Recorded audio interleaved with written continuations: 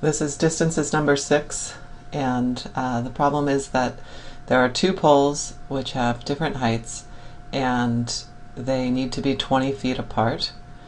And the question is, where should the wire that connects the top of one to the top of the other be staked so that the overall amount of wire is cheapest? Now, I'm pretty sure if the poles were the same height, then the anchor point would be right in the middle. But because one pole is shorter than the other, there will be an optimum spot to mark this. So is it 10 feet over from the pole that's 6 feet tall, or is it 5 feet over? So that's what we're trying to find, is this distance x. Now on the packet it's labeled with this side being 20 minus x, which is correct, but I think it would have been better to start it with these two distances being x and y, because then our constraint would be a little more clear. The poles have to be 20 meters apart. So our constraint would be that x plus y has to be 20. And then when you solve that for y, you will get that y is equal to 20 minus x, which was given in the picture, but it kind of made the problem a little bit too easy and maybe made it uncomfortable to get started.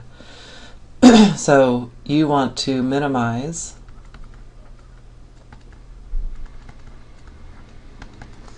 L1 plus L2.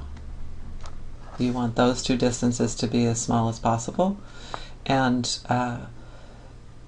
to get those lengths you just need the Pythagorean theorem, and it's easiest to kind of do it in one step. You know, that's 6 squared plus x squared is equal to L1 squared, but if I want L1 isolated, then it would just be the square root of 6 squared plus x squared. And L2 will be 15 squared, the square root of 15 squared plus y squared. So the distance that I'm trying to minimize is the square root of 36 plus x squared plus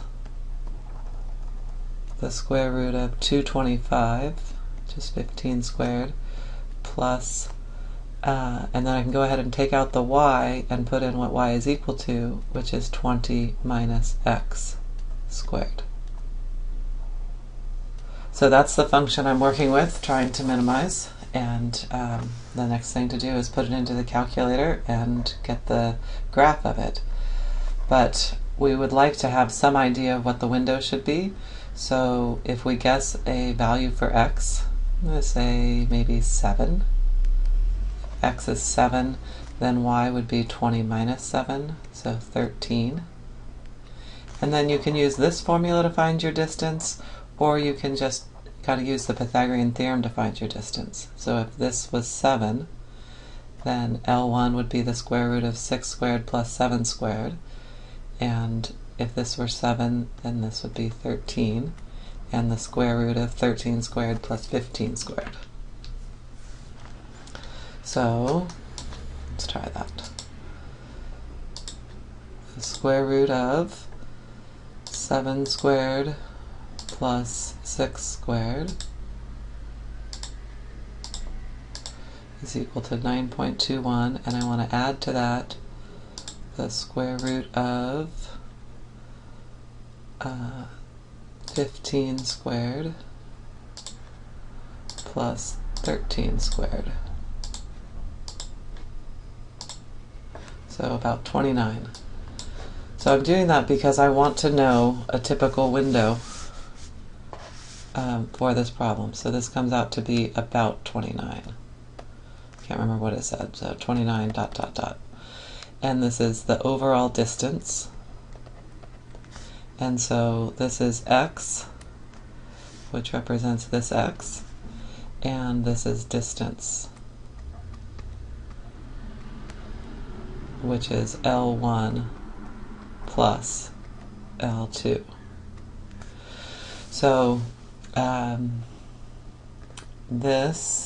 if this distance is 29 when I just picked x to be 7, then I'm going to about double that, and say, okay, well 60 should probably fit it all right.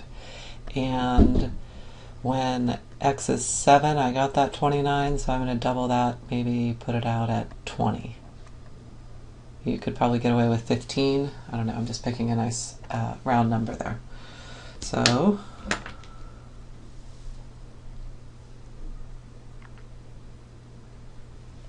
if we put in the equation y equals the square root of 36 plus x squared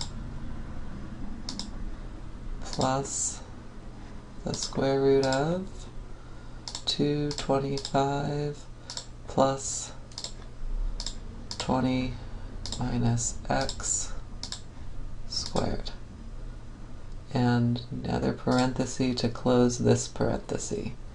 Now I could have multiplied out the 20 minus x squared, 400 minus 40x plus x squared, and then combined the 400 and the 225, but for the effort it doesn't seem like I gained very much. These radicals aren't going to combine, so I just left it in this form. If you were in calculus though, you would probably want to multiply that out, because if you were doing this without technology, it would be easier if this expression were multiplied out.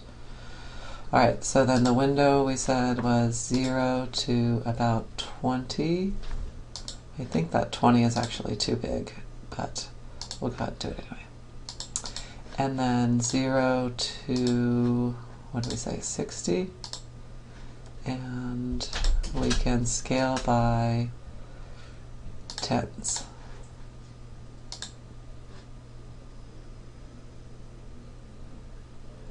Alright, so that's very flat looking, which tells you that the minimum distance isn't affected very much by the position of x and y, but it's affected a little bit. So somewhere in here there'll be a minimum, and if it bothers you to see it so flat, you could change your window some.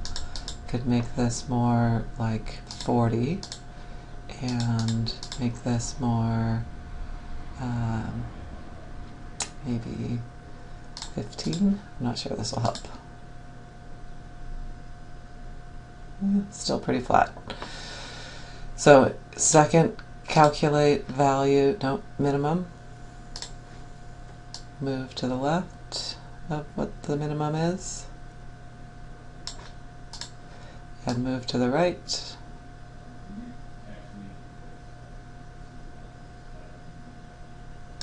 And press enter. And enter one more time. So the answer is 5.714 at a minimum distance of 29 feet. So I'm going to sketch this in here, or let's write that down.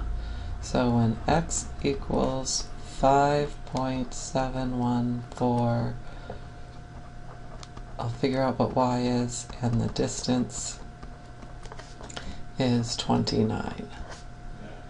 So that graph looked something about, no, not like that, much flatter. And the minimum was at 5.714. Might change this to a 10, given how my curve just came out. So 5.714, comma 29. And that is x, comma, distance.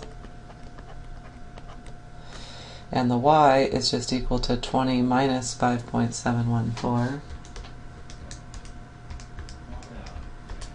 which is 14.286.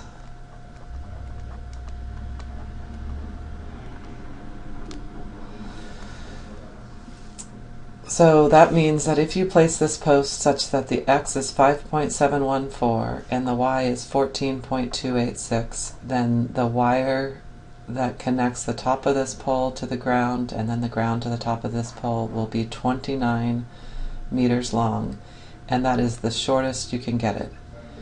Now, when you look back at this, you can see that the 29, that minimum distance, doesn't change very much as you move along here. Oh, trace, that's not changing at all. So there's 29.2, 29.4. So that tells you that it doesn't exactly really matter where the X and the Y go. So that's important information as well, because then you would know that if there was some obstruction from placing it in the optimum place, that you could move it slightly without a lot of cost. But then also, you may as well put it in the optimum spot. What if this cable was super expensive and every meter of it cost a few $100s? Then, and if you were placing a lot of these poles that were certain distances apart, you wouldn't want to waste any of the cable. So even though the optimum distance doesn't matter too much, it's still a legitimate problem to figure out.